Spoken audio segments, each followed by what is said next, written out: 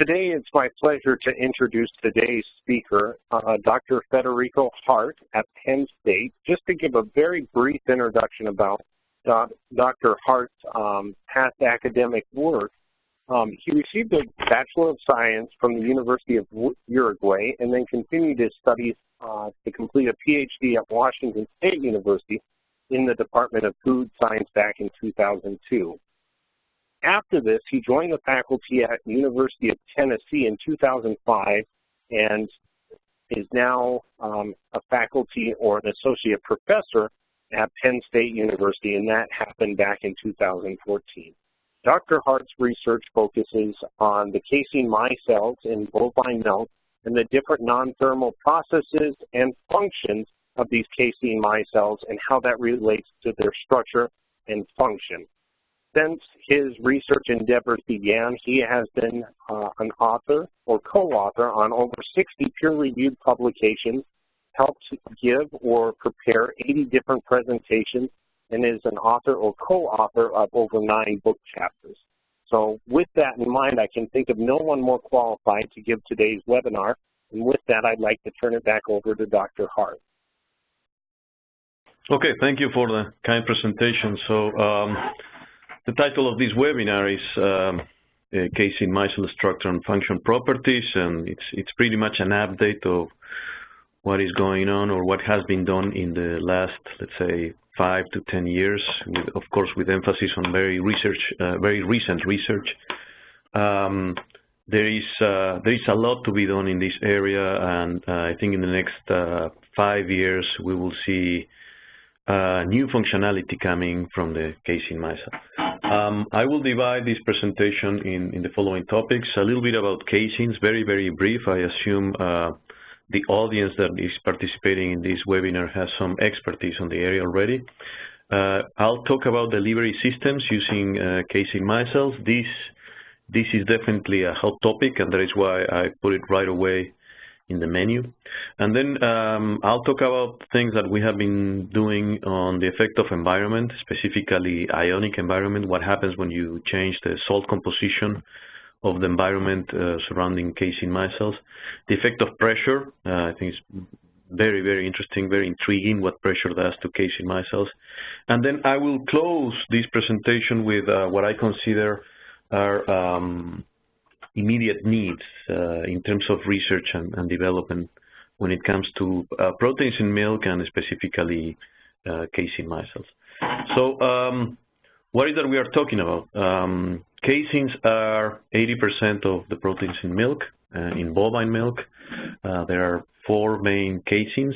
Alpha is 1, alpha is 2, beta, and kappa casein. I'm not going to get into a lot of details on let's say, the sequence of these proteins. You can find that in a textbook. What is really very, very interesting about these 4 proteins is that they form a protein quaternary structure that we call the casein micelle.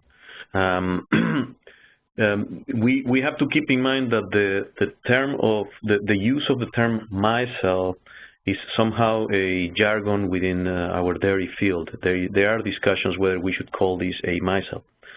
So if you go to any person related somehow to dairy, there is very little discussion whether we should call these casein micelles. And there are papers where authors have been defending the use of the term micelle for this protein quaternary structure.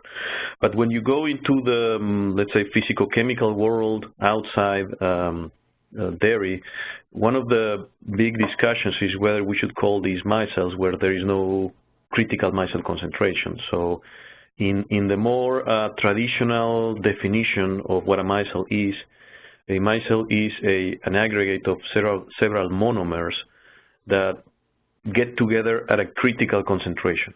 In this case, the milk comes out with these casein micelles, and we can dilute this milk into, let's say, a protein-free serum.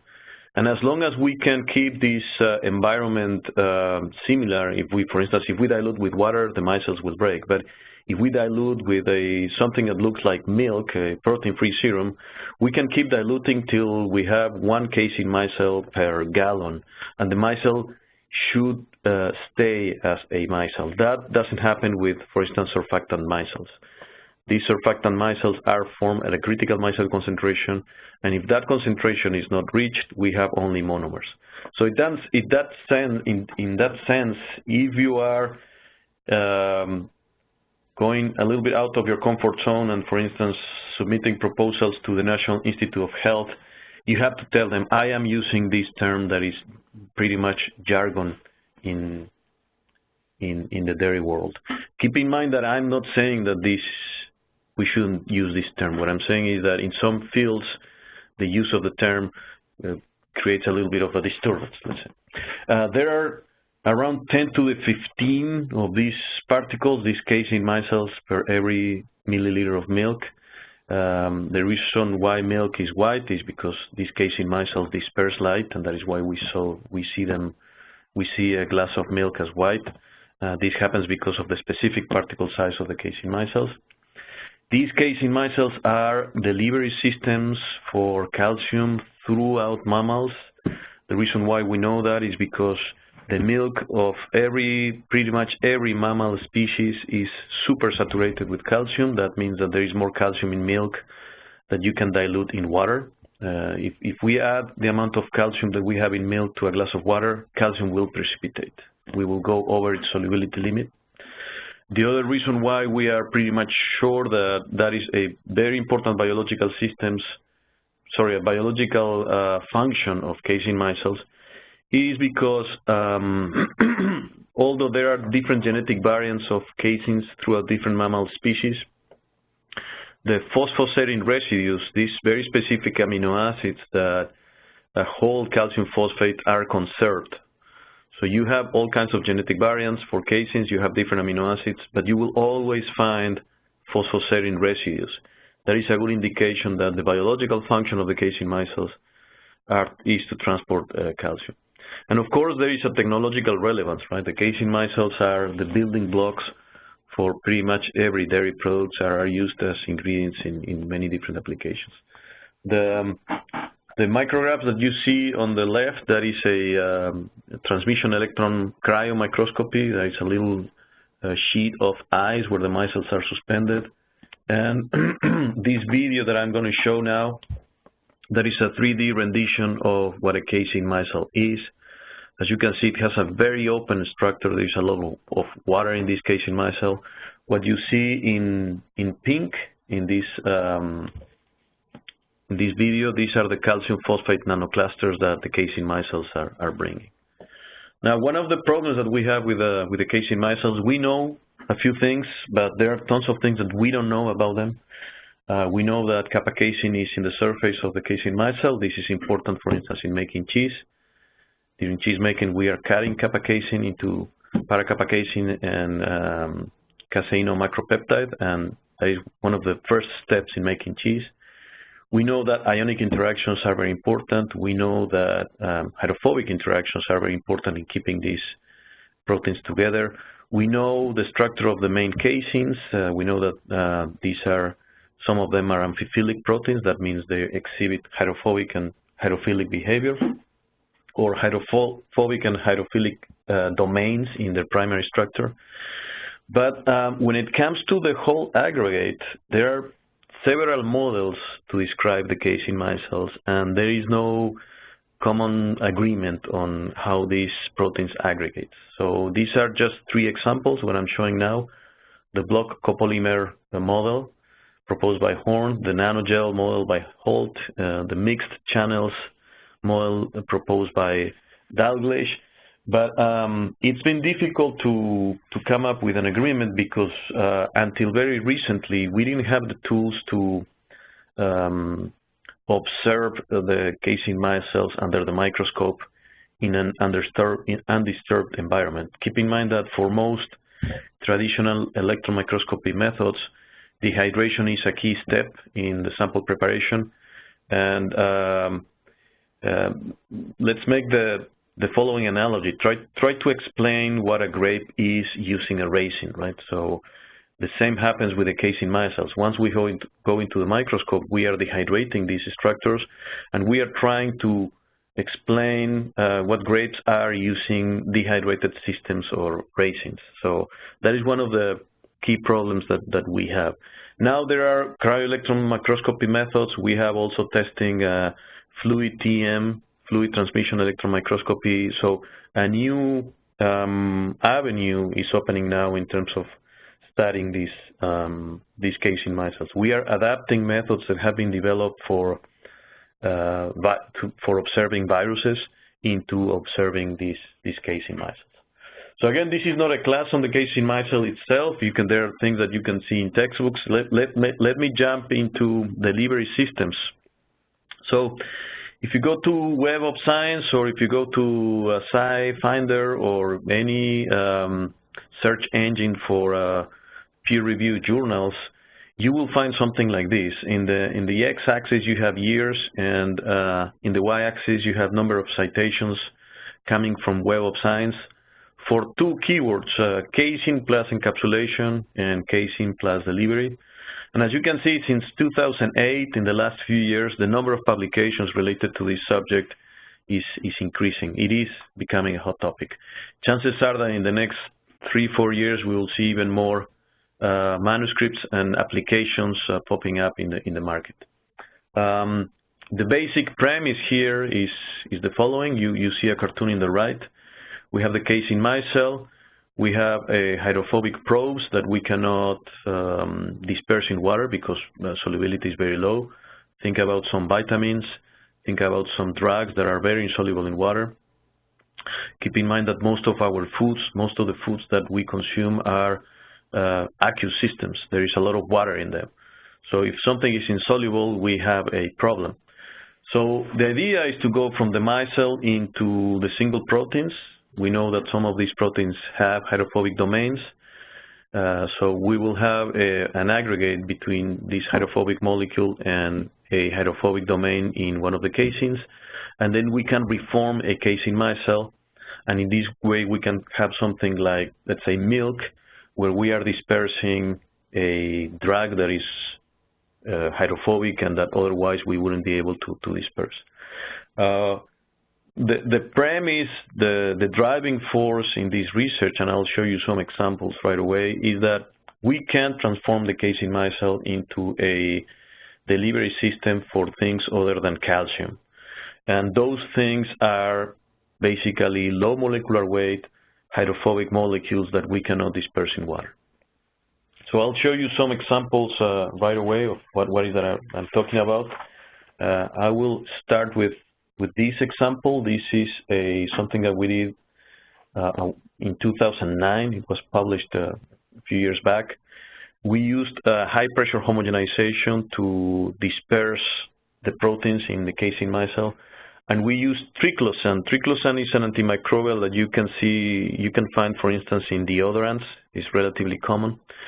It has a partition coefficient of in octanol and water of 3. That means that if you mix an organic solvent or a non-polar solvent and water to, let's say, 2 solvents that are immiscible, one is organic and the other one is water, and you put triclosan in there, log 3, that means 1,000 more times of this triclosan you will find in the organic solvent versus water.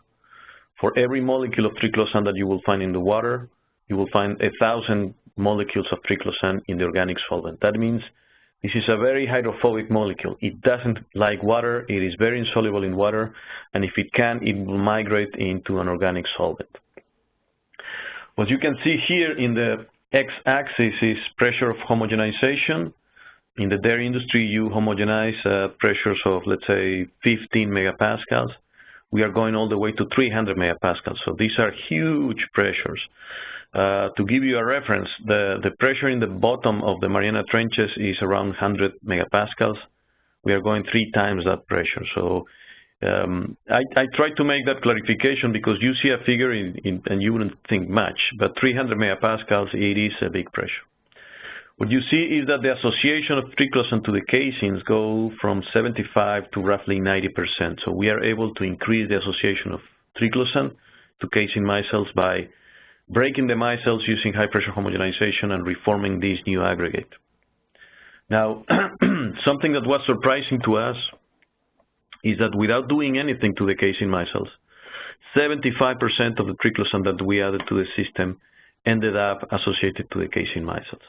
So that was one of the first hints that we observed, directing us to the fact that casein micelles are delivery systems for other things. They bind to hydrophobic probes without us doing much to milk. This is another study by a group in France, led by Hélène Dumay. She dispersed vitamin E, which is also very insoluble in water, and she also used high pressure homogenization. And what she found is that as she increased the pressure from 0 to 300 megapascals, there was much more vitamin E associated to the casein micelles. The next example is from Canada, Milena Koredig. She used, in this case, curcumin or vitamin D. She dispersed those two with a little bit of ethanol and then used hydrostatic pressure, and the results are along the same lines, right? As you increase the pressure, you disperse the micelles, and then when they reaggregate together back again, you have an aggregate or a new micelle that is able to disperse these hydrophobic probes.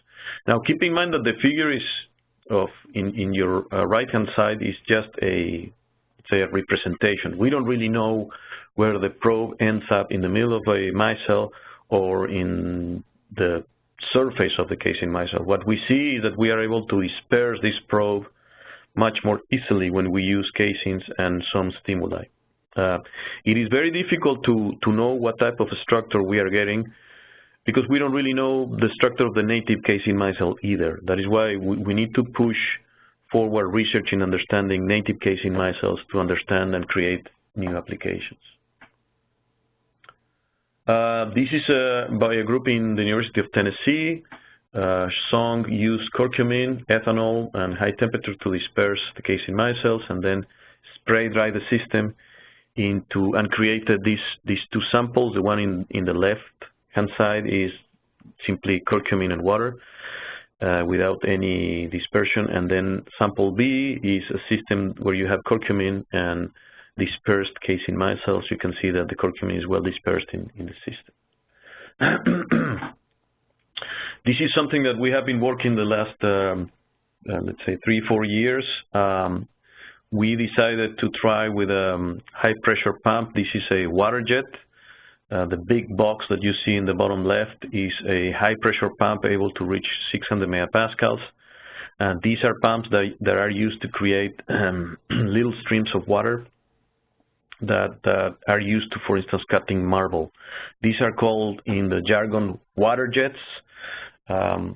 What is the physical phenomenon here is that you go from water at very high pressure to water at atmospheric pressure. So you go from huge pressure and huge kinetic into huge kinetic energy. So once the water leaves the nozzle, which is what you have in the upper right-hand side, the water is moving at Mach 4 times the speed of sound. And at that speed, what you have is basically a blade that is able to cut metal, that is able to cut marble. Water jets are used to cut materials that you cannot cut in other ways, because the friction creates heat creates cracks, and then you don't want a cracked material. You want to cut something. So in this case, what we are using is high-speed water to cut very hard materials. We adapted this system to process milk, so we are now going all the way to 500 megapascals in hydrostatic pressure, and instead of using a valve, we are using a nozzle. We create a stream of milk at very high pressure. The caseins are dispersed, and then we see what happens. So we decided to test this binding, carrying, and delivery properties using ritonavir. This is a project that was funded by the National Institute of Health. Ritonavir is an antiretroviral that is used against HIV. This is in infants. This is HIV that infants got from their mother, from their parents. It has very, very low solubility. It's very, very hydrophobic. It's very difficult to disperse in water. Again, it is used to fight against a chronic disease like AIDS, so it's given in a daily basis, twice a day to these infants.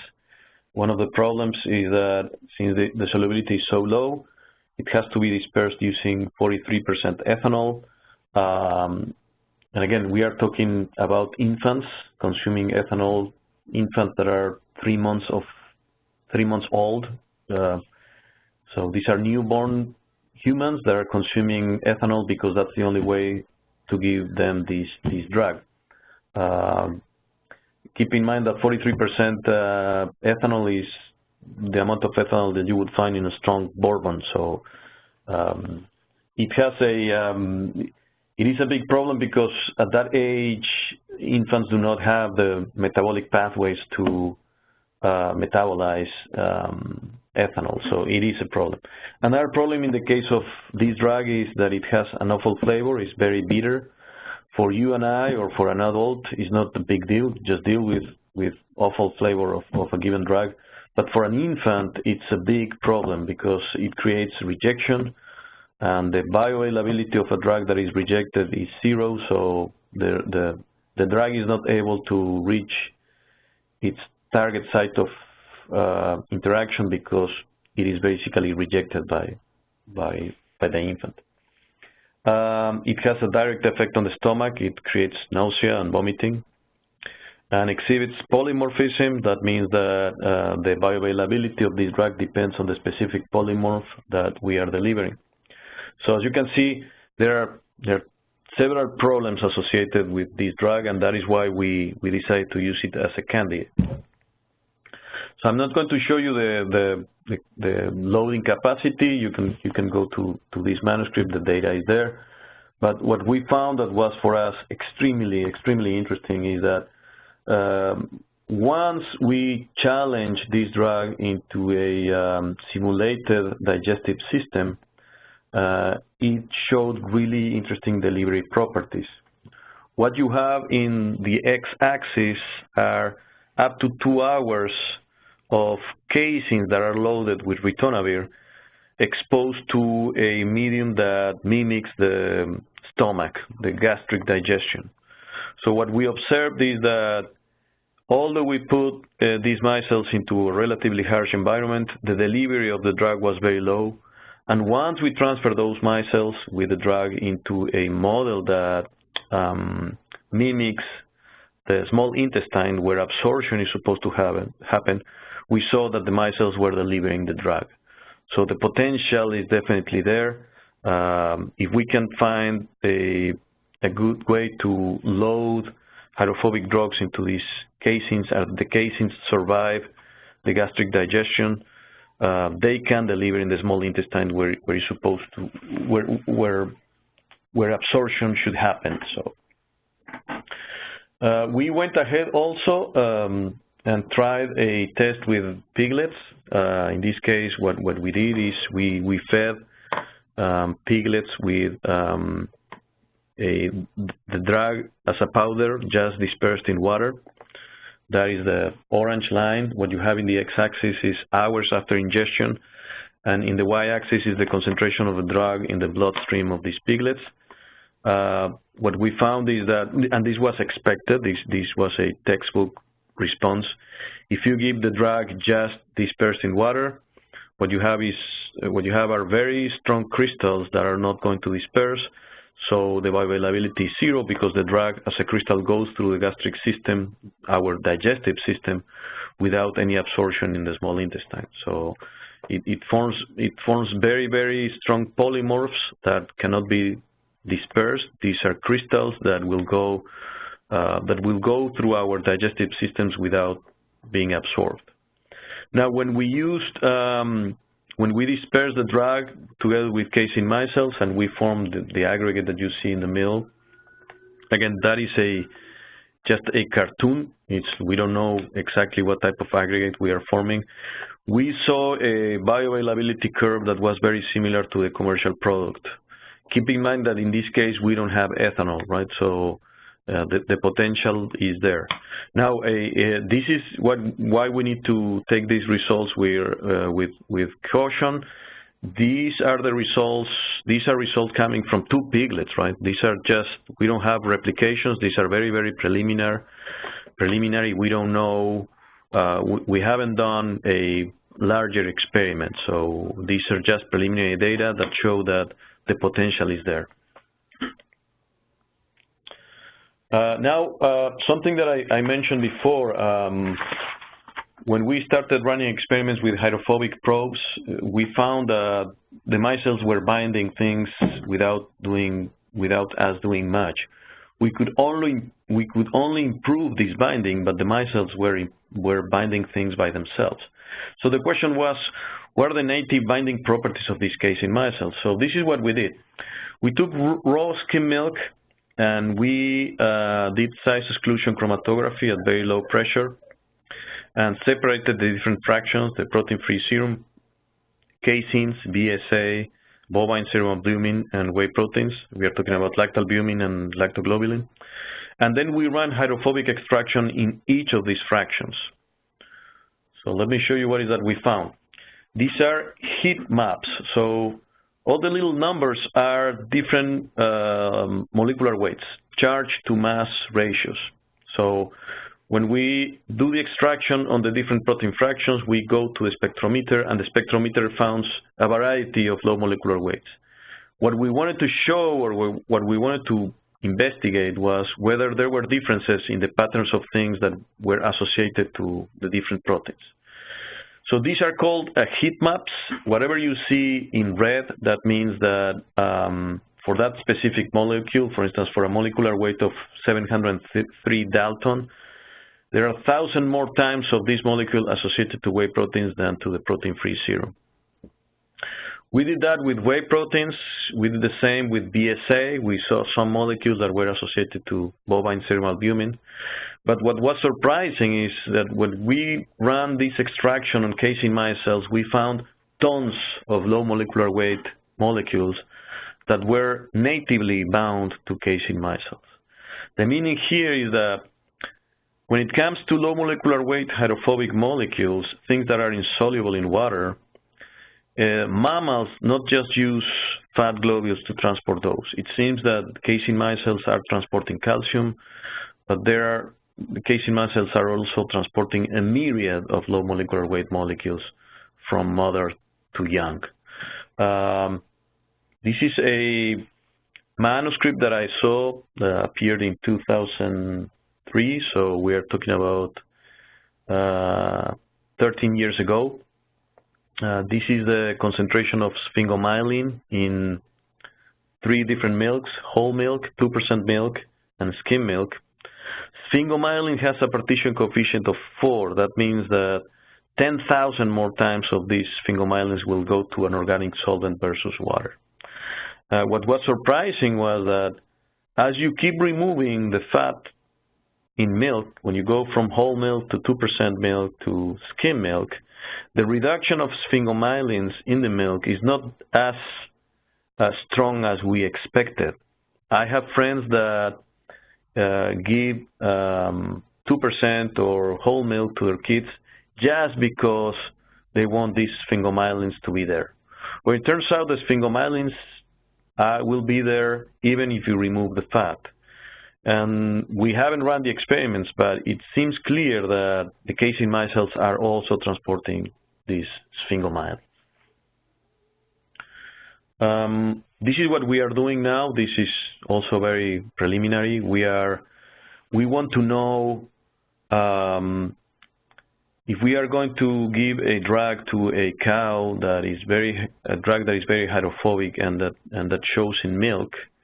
Will the cow put that molecule associated to casein micelles? So we found 3 candidates. These are meloxicam, flunixin, and thiabendazole. These are drugs that have partition coefficients of at least 3, and they appear in milk. They all have withdrawal times in milk of at least 96 hours, so we know that they will show up in milk. And we are doing similar fractionations as we did before, but with cows that have been dosed with these drugs. what we found by now, this is again very preliminary, in the case of meloxicam, roughly 30% of the meloxicam that shows in milk shows associated to the casein micelle. One of the reasons why I think this is interesting is because it is possible that there are very specific effects on the host, that if these are delivery systems, there may be specific sites of interaction where the casein micelle is supposed to deliver in the small intestine. That we don't know, but in terms of, let's say, evolutionary biology, it would make sense that if mammals are transporting things using casein micelles, there may be specific sites of interaction for these casein micelles. So, effect of the environment, as you may recall from food chemistry, there is this series of salts called the Hofmeister series that destabilize proteins. They promote solubilization or insolubilization of proteins. What we did, we went to the Code of Federal Regulations and we just copy all the salts that are used for making processed cheese. These are called emulsifying salts. The idea is that these salts have to have an effect on the casein micelles, and this is what we have been observing. We are building this device to combine different environments and follow the absorbance of a casein stream over time. So we would like to understand the effect of a variety of salts on the casein micelle. Let me show you some of the results. What we have here is the sodium pyrophosphate, different concentrations from 0.01 all the way to 100 millimolar, and absorbance at 400 nanometers. So we go from casein micelles into casein proteins when the concentration of this salt is around, let's say, between 1 to 10 millimolar. What we observe is that in most cases what we have is an exponential decay that adapts to this model where C star is that critical concentration of the salt where the micelles disperse. So for instance, for this case, we know that around 7 to 8 millimolar, there is a strong dissociation of the casein micelles. We are testing these for different salts. What is interesting to us is that, for instance, in the upper right-hand side, for trisodium phosphate, this is a salt that is used as an emulsifying agent in cheese. The C star, this concentration that dissociates the micelles, changes in log cycles depending on pH and time. But for other salts like sodium hexametaphosphate, this concentration, this C star, remains constant. This is very revealing because there are other salts that are important for human nutrition. For instance, children that need fortification with iron, usually the way to fortify is using ferrous sulfate. Ferrous sulfate is a big problem because has off flavors too, so it's difficult to keep a kid on a constant dose of ferrous sulfate just because of the flavor. So if we can create new micelles where we are removing some of the salts and substituting them with ferrous sulfate, we can come up with a milk that is fortified with iron, not just with vitamin A and vitamin D, that will taste like milk, and that whoever is drinking this milk is not going to perceive this of flavor coming from iron. That is why we are interested in where the concentrations are. Effect of pressure, this is also something that calls my attention a lot. This is a system where we have a large concentration of protein and large concentration of a polysaccharide, in this case hydroxypropyl cellulose. Whenever you have high concentrations of proteins and polysaccharides, the system is thermodynamically unstable, so it will eventually separate in two phases. You have here days from 0 to 14 days. The initial mix that looks like white will separate into two phases. One will be rich in the polysaccharide, one will be rich in the protein over time. However, when we open the structure of the casein micelles using high-pressure homogenization, this is what we get. So the absorbance of the system doesn't change over a 14-day period, and the system is stable. So what we are doing is breaking the casein micelles. The individual proteins are associating with hydroxypropyl cellulose, and we are creating a new structure that is stable in a liquid system.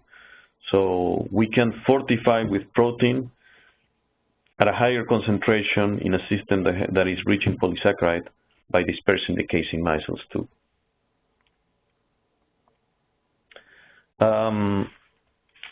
Let me continue with some other examples. In this case, we used these high-pressure jets just to process milk. Let me show you some results here. This is, again, for us, extremely interesting.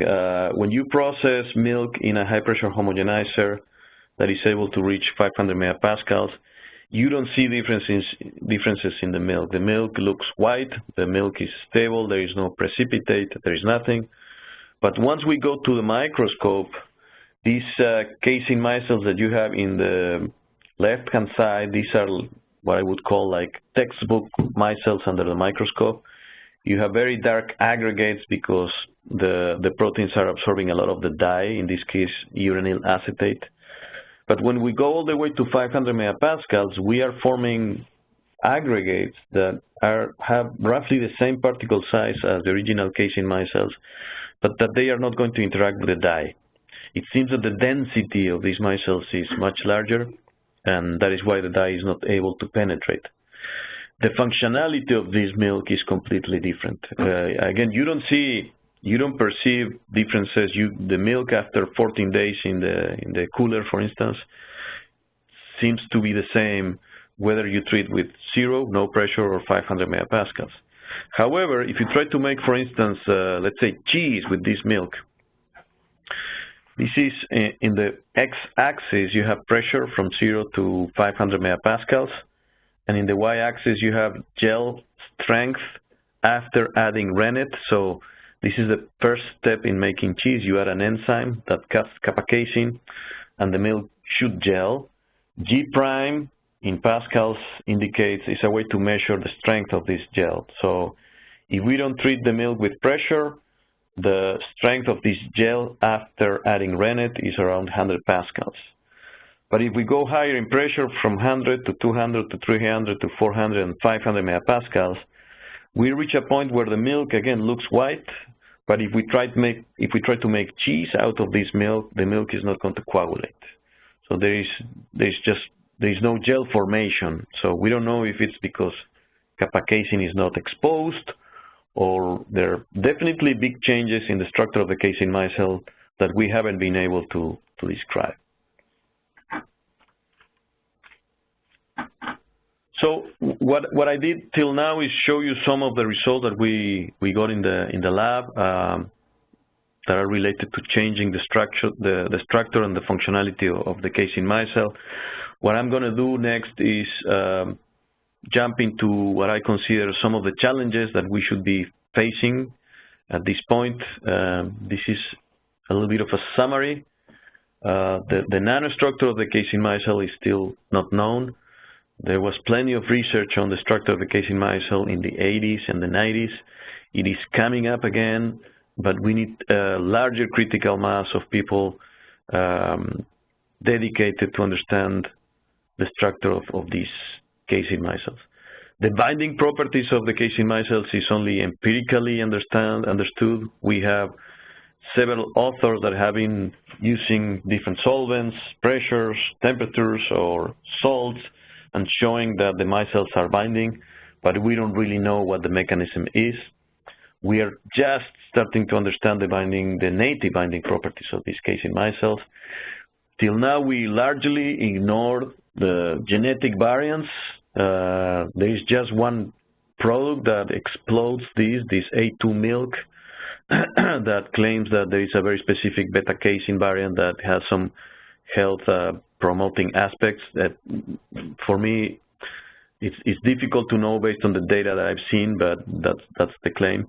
But there are many genetic variants in the caseins, and there are tons of post-translational modifications and glycosylation of these caseins that we just don't understand. So we need to understand we need a library of all the levels of glycosylation in these caseins, and what are the genetic variants that are prevalent in the milk.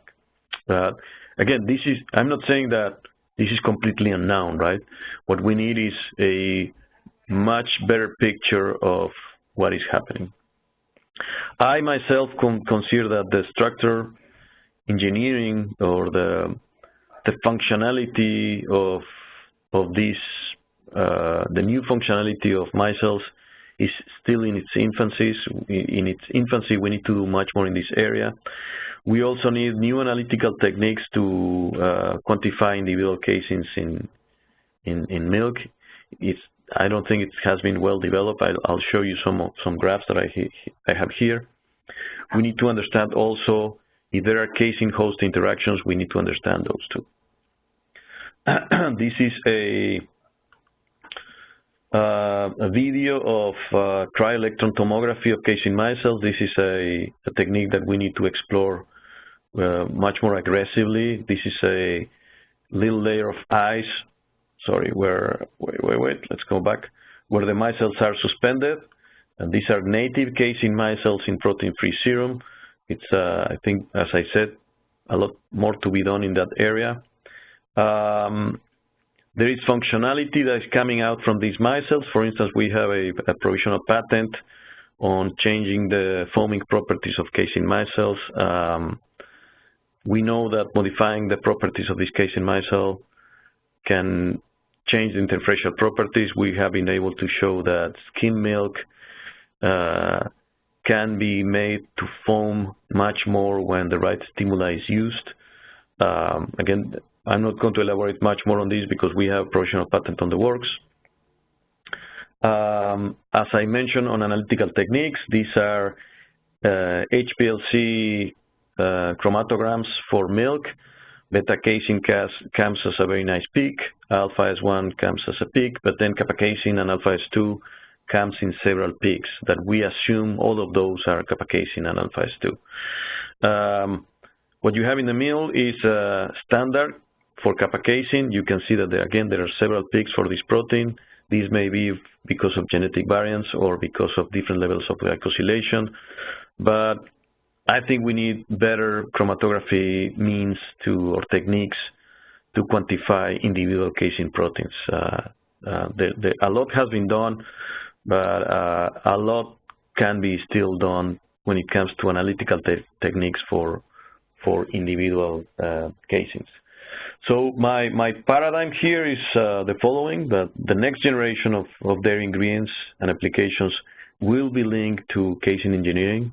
I think we need to understand the nanostructural and functional properties of the relationship between nanostructural and functional properties of these Casein Micelles. The goal is to push forward, as you can read there, a research agenda that is centered on understanding the relationship between nanostructure and function, from very basic, just to understand the biological function of, for instance, the Casein Micelle, to applied aspects, how to make a better cheese, how to make a better ice cream, how to use caseins for other applications that by now we haven't been able to envision.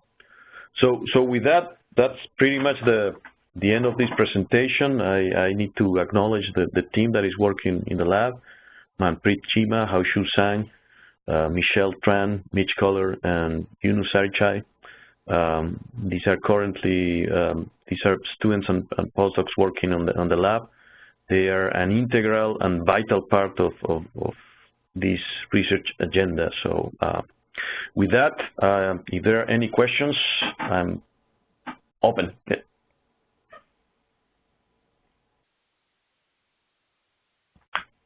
Well, thank you, Dr. Harte. As everyone's slowly typing in their questions to Dr. Harte on his wonderful seminar he gave today, I had a quick one for you. I was recently posed the question, and it kind of ties in with what you're talking about. Is there any other molecules, say, such as IGF-1, that have a high bonding affinity to these Casein Micelles? So, for instance, if we're feeding colostrum to calves, is there the opportunity for some of these other growth factors to be uniquely bound to those Casein Micelles and in some way being delivered to the calf or the offspring? It seems in the case of some of the probes that we have been testing, one of the problems was how to bypass the rumen, right? Because the rumen is this amazing world that destroys whatever you put whatever you want to give to the cow. But it really seems that we don't know the limits. So definitely molecular weight is an important factor here. My perception, but this is a guesstimate, is that if we are talking about molecules that are more than 1 kilodalton in molecular weight, it will be difficult to use the casein micelles to transport anything. Sorry, not 1 kilo, roughly 1 kilodalton.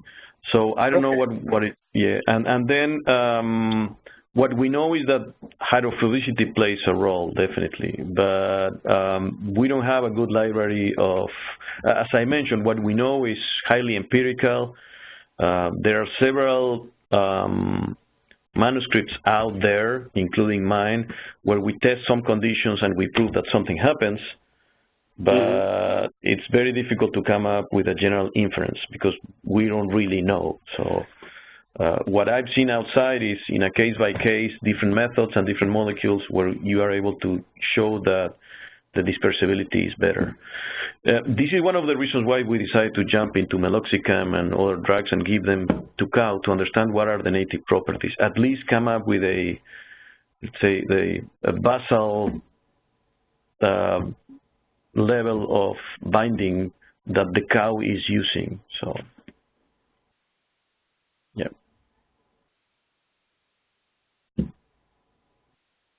That's really interesting. I have one other question for you. Well, actually, we'll go with Justine's question first, and we'll wait for some other ones to come in. Let me see. I should be able to see these questions, right? Let me see. I can read it to you if that works. It says, have you found a good method for getting casein protein to go into water in solution?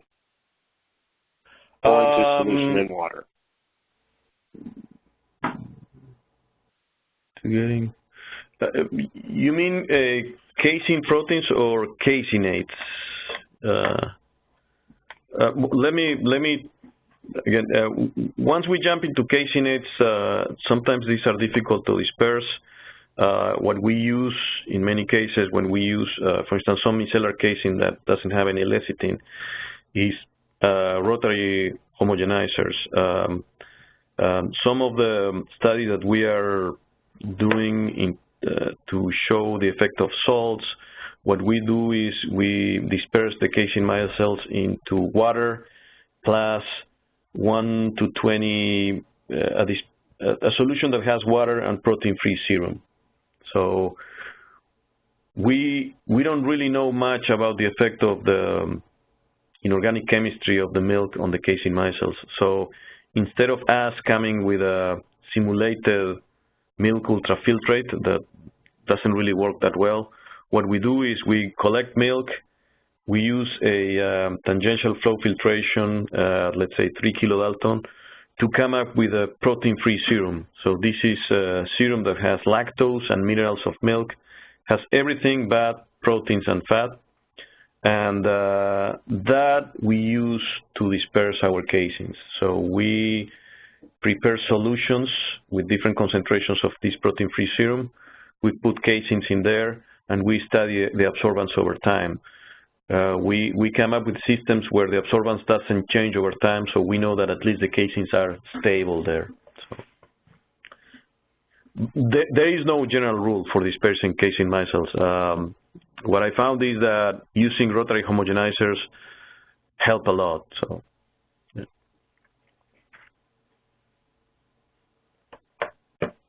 Well, Justine, let me know if I butchered your question too much, and I can rephrase it if I need be. My second question, I'm a mastitis-oriented individual, and the fact that you were talking about how certain antibiotics can seem to have an affinity for the casein micelle in the milk really was kind of an interesting idea to me.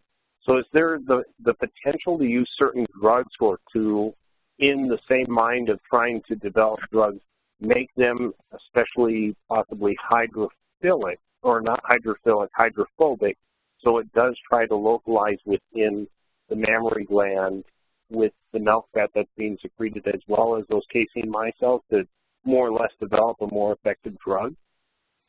It seems so. As I mentioned, we are still in the infancy of doing this. There is a manuscript, I cannot remember the reference, but this group was doing something very similar to what we did with feeding cows with drugs that are approved, of course, for dairy cattle. And they found that there are drugs that are very hydrophobic that will come associated to fat globules.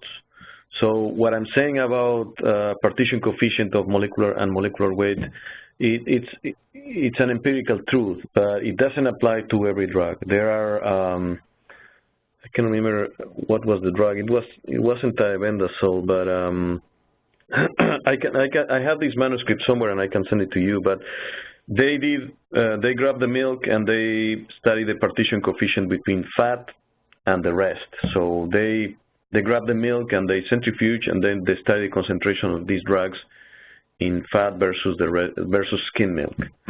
There are some drugs that are very hydrophobic and that they will come associated with the fat. So, for instance, meloxicam, that is a drug that is clearly not associated with the fat fraction. It comes in milk, but it comes associated with the whey proteins and with the caseins. So, yeah, as I mentioned before, I struggle to come up with a general rule when it comes to these insoluble drugs. Okay. Well, thank you. Justine got back to me one last time with her question. I'll try not to butcher it this time. She says, well, I'm studying the effect of a casein hydrolysate solution infused into a bovine mammary quarter. And due to its hydrophobic nature, I'm struggling to get it to go into solution. Oh, okay. So in this case, what let's say the way to avoid this problem that has been used a lot is to lecitinate. If you use a rotary homogenizer and you put your caseins in water and you add a little bit of lecithin, chances are that you will be able to get a much better dispersion. That being said, these are amphiphilic proteins, right? So I don't know the nature of this specific casein hydrolysate. But if you happen to have peptides that are very hydrophobic, then it may be difficult. Now, I think lecithin should be able to help. It's difficult for me to tell you what concentration of lecithin. You will have to play in the lab at different concentrations.